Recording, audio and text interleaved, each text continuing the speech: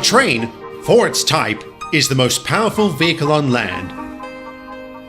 And the engines of Sodor are the power behind the docks, industries and branch lines that make up the world-renowned Northwestern Railway. These are the stories of Sodor.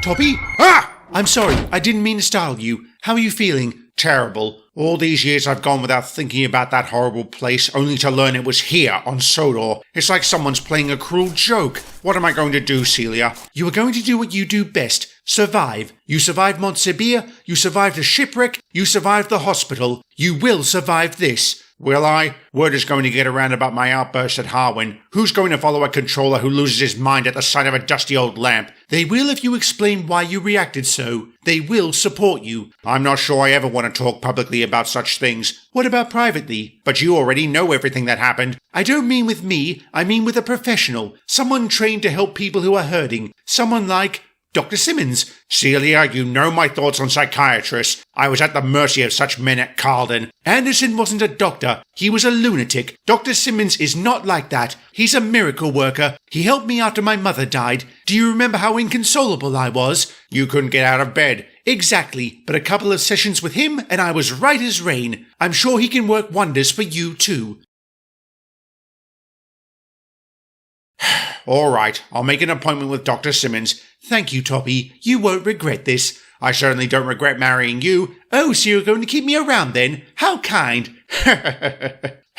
I suppose I should speak to my staff and engines. What are you going to say? I am taking some time off to deal with personal issues, the details of which I would rather not go into. I'm sure there will be rumors and speculation as to the cause of my absence. I ask that you not believe them and to respect the privacy of myself and my family. I will do my best to return to my post as soon as I am able. In the meantime, you will comport yourselves in a manner befitting that of a really useful railway. That will be all.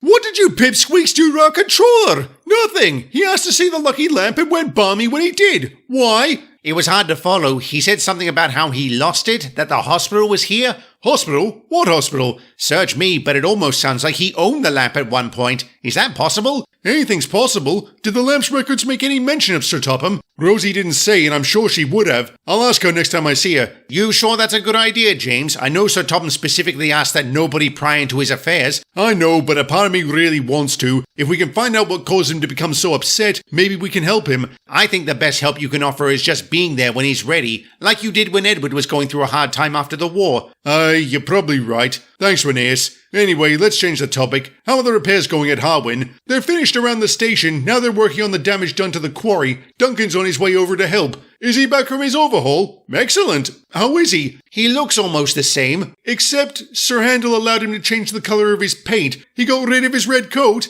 How unfortunate. What'd he pick instead? Something a little unsettling. What do you lads think? It's different, I'll give you that. You don't like it? No, it's not that. It's just, why yellow? Because they were out of chartreuse.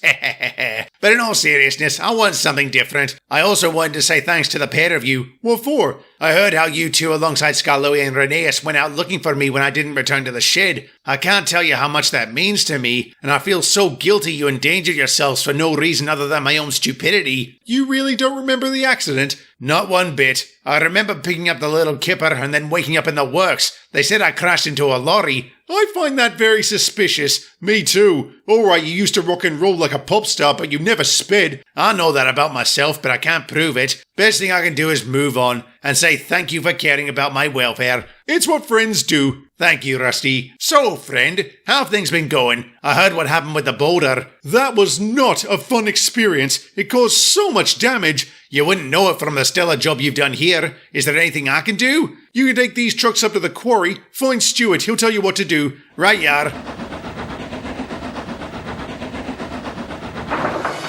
I'll see you lads later.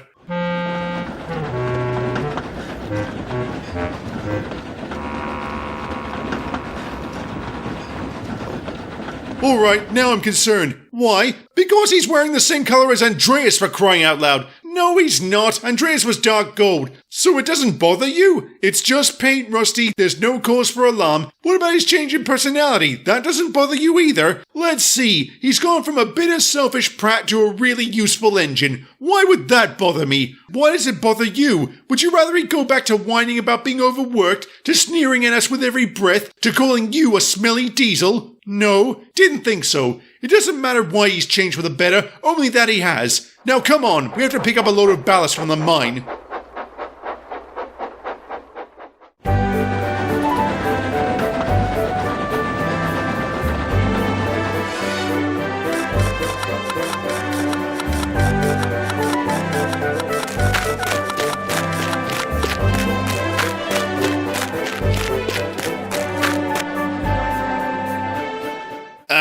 You're right there, mate. I don't believe it. Duncan, it is you. Sorry, do I know... Wait, Todd? Todd Parker? What are you doing here? I moved to Sodor recently and got a job here last week. I didn't know this was where you wound up. Talk about small world. This place is a stark improvement over... Shh! Nobody knows I used to work there. What do you mean nobody knows? Have you never told them? Of course not. Have you? Aye, several. Are you out of your mind? What are you afraid of? The Barnhill Railway is gone. Exactly. It's dead and buried. I prefer it also be forgotten. If you want to keep talking about it, fine. Just don't mention me. Alright, I won't. But you have to face it sooner or later. I'm happy with later. Hello, Duncan. Stuart, how long have you been there? 2 seconds. Sorry, I didn't mean to sneak up on you, but I wasn't sure if it was you. I love the new paint. Very suitable. Thank you. I must have given you a real fright. No, not really. You just caught me a bit off guard. Engrossed in conversation with Todd, I see. It's no wonder. Has he told you he used to work for the Rotten Railway? Did he now? That's very interesting. Glad you got away from it. Welcome to the Scalloy Railway. Anyway, Atlas said you would know what to do. So, what he's doing? They're working on the track around the bend. You can take this lot over to them. But before you do, I wanted to apologise. What for? For that horrible comment I made about you putting Andreas in the crosshairs. It was a terrible thing to say. I'm sorry. It wasn't your fault he died. Thank you, Stuart, but I'm afraid we'll have to agree to disagree on that front. Well, bugger me, some things do change. What? Nothing. I better get back to work. Talk to you later, Stuart.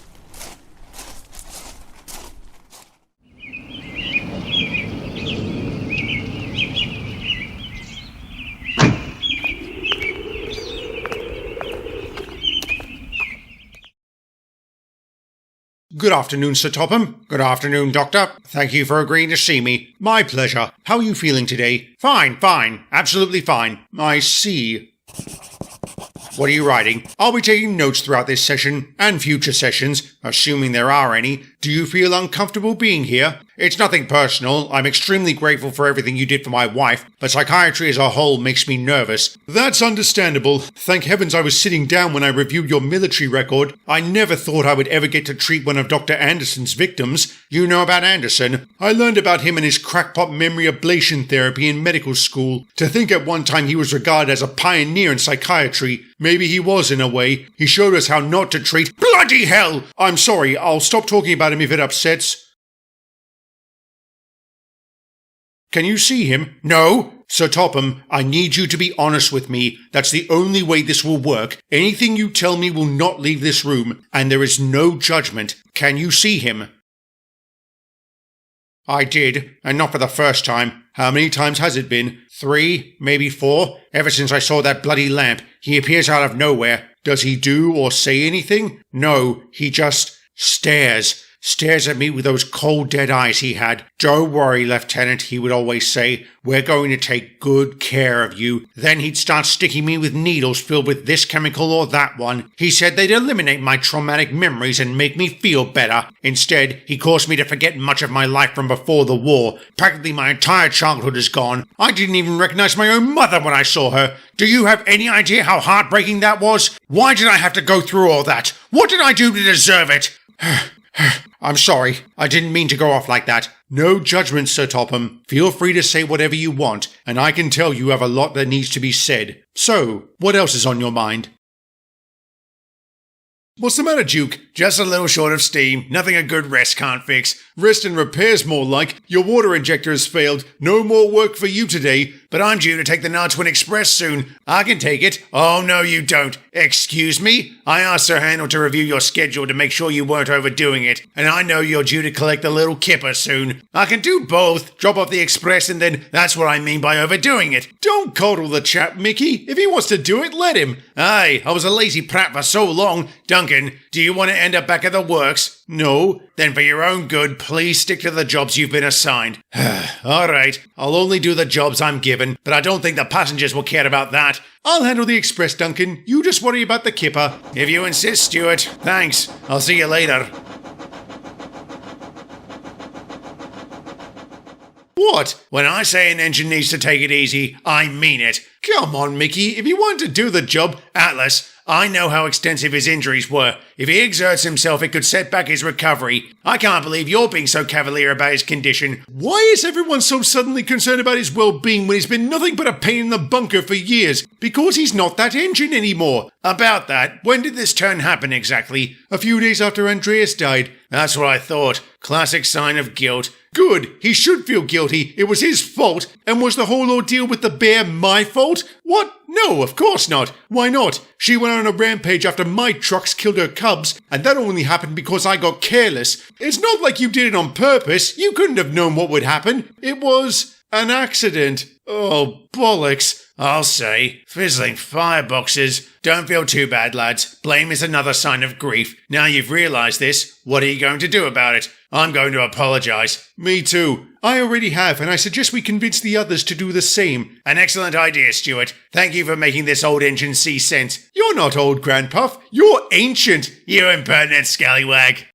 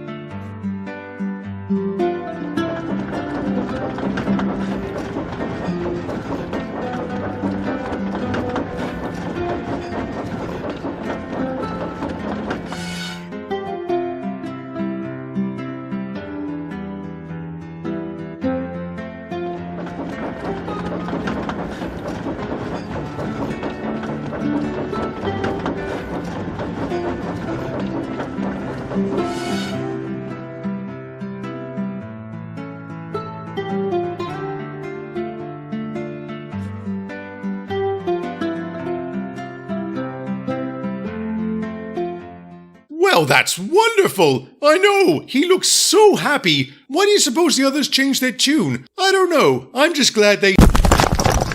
Bloody hell! That was close! More like lucky. That's bizarre. I could have sworn that wasn't there 5 minutes ago. The lucky lamp has a will of its own, Todd. Good thing it does. Don't worry, Scarlowy. We'll have this out the way in a jiffy. That'd be great. How are you liking things around here anyway? Very much. I've worked a number of railways in my time and I can easily say this is the best. That's very good to hear. Though anything is bound to be better than the rotten railway. Yes, I wanted to ask about that. What's this rotten railway I've been hearing about? That was the nickname given to the Barnhill Railway. Never heard of it. You weren't built when they shut it down. It was an industrial line up in Scotland. It was hideously corrupt and treated its workers like slaves. They also bribed the coppers to turn a blind eye to this abuse and the many other crimes they were guilty of, like neglecting critical track maintenance, which caused a fatal accident. When the investigators from London arrived, they were done for. Aye, it was quite the scandal. The railway was closed, its executives were imprisoned, and the police force was disbanded. You must have been very relieved when that happened, Todd. I was.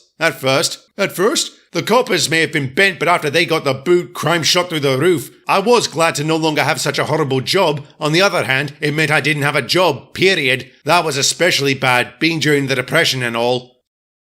Scarloey, what's wrong? Todd, did Duncan work on the Barnhill by any chance? If I blink twice, you can assume he did. Good Lord, that explains everything. I need to have a serious talk with him. Where is he? He was supposed to join us after dropping off the kipper. I'm sure he's just been delayed. Can you head on down the line and check? My instincts tell me something's wrong. How have you been doing, Sir Topham? Very well, actually. I've been concentrating on my breathing whenever I feel stressed. I've been exercising by taking walks around the block, and I've been keeping away from the scotch. Fantastic. Have you given any more thought about speaking to your engines? Yes, and I'm still not sure I can. Is there any particular reason? Some would have been around back then. I'm terrified to ask if they knew what was going on in there. Do you think they would condone it? Well, no, not now, but society didn't have a very enlightened attitude towards the mentally disturbed back then. I was also guilty of such ignorance. It's not that I think they'd approve of what Anderson did. I'm afraid they simply won't care. Were any of these engines part of the Wild Nor'westers? Yes. Why did they volunteer for such a squad? Retribution, perhaps? One of their friends was killed in the Blitz. So they cared enough to go to war to avenge a friend? Did any of them have difficulties after the conflict was over? Oh yes, their commanding officer, Edward. Actually, he went through therapy himself, and the other engines supported him. Then is there any reason why they wouldn't support you? No, there isn't, and I should find out one way or another. Thank you, Doctor. No problem, Sir Topham. Oh, one last thing. Have you seen Dr. Anderson recently? No, but I remember your instructions about what to do if that happens. Excellent. Keep up the good work. I'll see you tomorrow. See you tomorrow.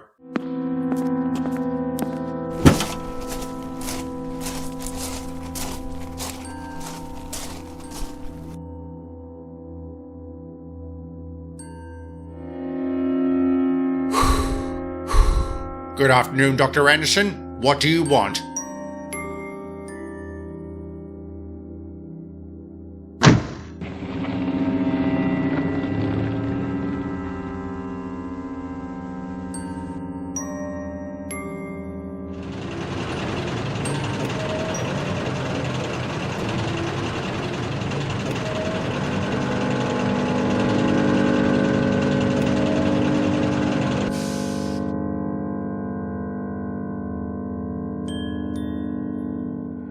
Nothing to worry about. Your water injectors simply failed. Welcome to the club. Thanks, Duke. And thank you for your apology. All of you. It means so much to me, especially coming from you, Atlas. I'm sorry for all the grief I gave you. Don't worry about it, Duncan. All is forgiven. So, with all that out the way, I did have a rather important question to ask. Duncan, did you used to work on the Barnhill Railway? What? Why would you ask that? Who said I did? Was it Todd? Not exactly. We were talking about it earlier, and he mentioned how it was tough for him to find a new job since it was during the Depression. I remembered that was when you joined us. The timing was a little too coincidental, and I'm kicking myself for not realizing it sooner. Oh, I see. You really work for the Rotten Railway? Why didn't you tell us? Because I wanted to forget. It earned its title. Every day was filled with arguments, fighting, and insults. There was no unity among the workers or the engines. It was every man for himself. And when the line closed, its assets were put up for sale. That's when Mr. Sam bought me. He didn't want to advertise this for fear of bad publicity, and I didn't want to talk about it. So we both agreed to stay quiet. Fizzling fireboxes. No wonder you were, a complete tosser? Aye. I couldn't trust anyone back on the Barnhill. I was overworked and mistreated. I don't know why I took it out on everyone here. You were nothing but kind and welcoming, and I'm ashamed it took Andreas's death for me to pull my head out of my ass. Well, better late than never, I suppose. Just promise you won't go back to being that spiteful git, and if you're ever frustrated, talk to us about it. And maybe talk to Mickey too if you still feel guilty about Andreas. Yes, that sounds like a good idea. Are you going to stick with the new paint job or go back to red? No, No, I'll be keeping this. Brand new Duncan, brand new image. And like you said, Stuart, this colour is very suitable. I dare say I look mighty handsome. Perhaps you lot should follow my lead.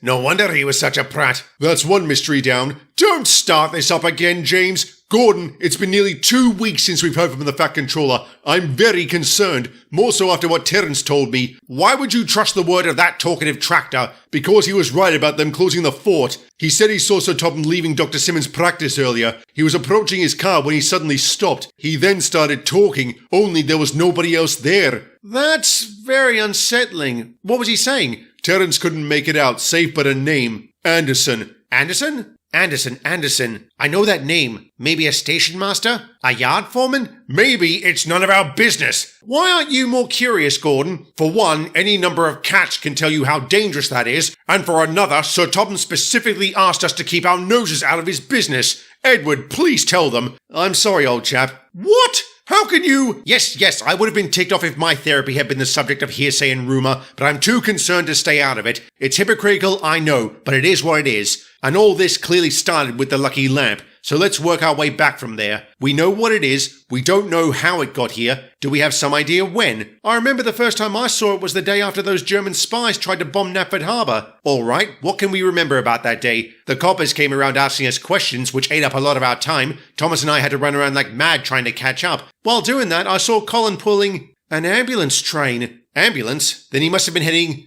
to Carlton. Hang on, Anderson, as in Dr. Anderson? Wait a moment! Edward, you don't think he meant the hospital? No. Come on, Toby. There's no way. It would explain a lot, Thomas. Well, yeah, but that would mean he'd been here before his inspection back in 38. You really think he'd come within 100 miles of this island if he knew that horrible place was here? Maybe he doesn't remember. Anderson didn't call it memory ablation therapy for nothing. Good God. It wasn't bad enough we fed Anderson his victims. That one of them might have been our own controller? We didn't know, Thomas. We didn't want to know. We called the men in those coaches nutters for crying out loud. It was a different time. That didn't make it right. Fizzling fireboxes. What are you three banging on about? Who's Dr. Anderson? And what hospital? Carlton Mental Hospital. How long have you been there, sir? Long enough. I came here to talk about this very subject. It seems you've beaten me to it. So, it's true, sir? Yes, Thomas. I was a patient there. And since you three would have been around during that time, I wanted to ask some questions. The first of which being, did you know what was going on in there? It sounds like you didn't, but only because you turned a blind eye to it. That's hard to argue against, sir. And we were sick to our boilers when it all came out. I should hope so. Sir, if there's anything we can do, please tell us. Well, Edward, you can take Lady Hat and myself to Carlton. Of course, sir. May I ask why? Doctor's orders.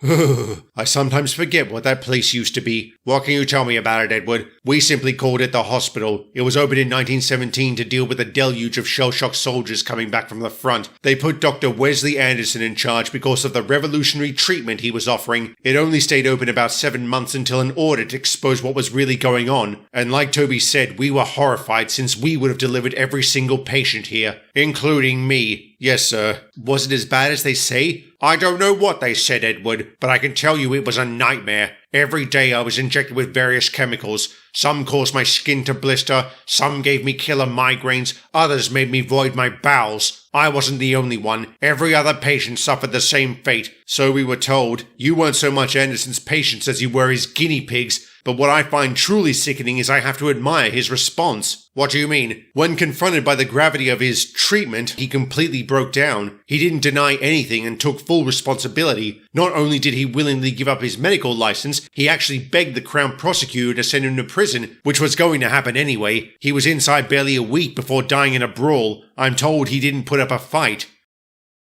I take it you never knew this, sir? No, I was also never certain where the hospital was. Is that because you didn't remember, sir? Maybe I was told and suppressed it. I don't know. It doesn't matter. Now that I'm here, I have to do this. What this is that, sir? What did you mean by doctor's orders? Perhaps doctor's suggestion would have been more appropriate. Dr. Simmons thinks if I confront this place, it'll give me a sense of empowerment. But now that I'm here, I don't mind telling you I'm nervous as hell. I'm here if you need me, Toby. So am I, sir. Thank you. All right, here goes.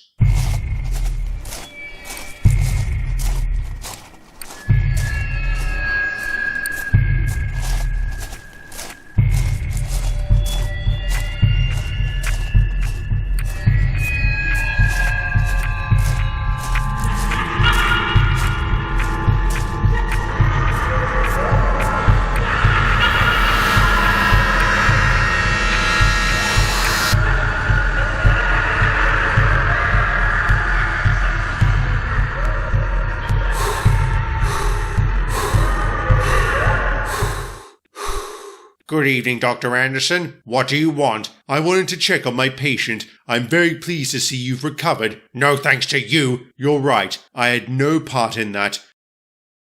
Do you know what a doctor's greatest fear is? Malpractice lawyers? Dedicating his life to helping people only to realize he failed miserably. And I did fail miserably. Nobody can deny that. But tell me this. Did you enjoy hurting us? No, I was mortified, but I kept on going, certain that one more trial would yield the magic cure I promised, but my reach exceeded my grasp, and I destroyed so many lives in the process. I'm sorry, Lieutenant. I can only hope you're able to live with the burden I've given you. I forgive you. You do? Yes. I can't condone your methods, but I understand what you were trying to do, and maybe if you had succeeded there'd be less suffering today. So I forgive you, but whatever you are, a memory, a ghost, I don't want to see you again. You won't, I promise. Thank you, Lieutenant. Thank you so much.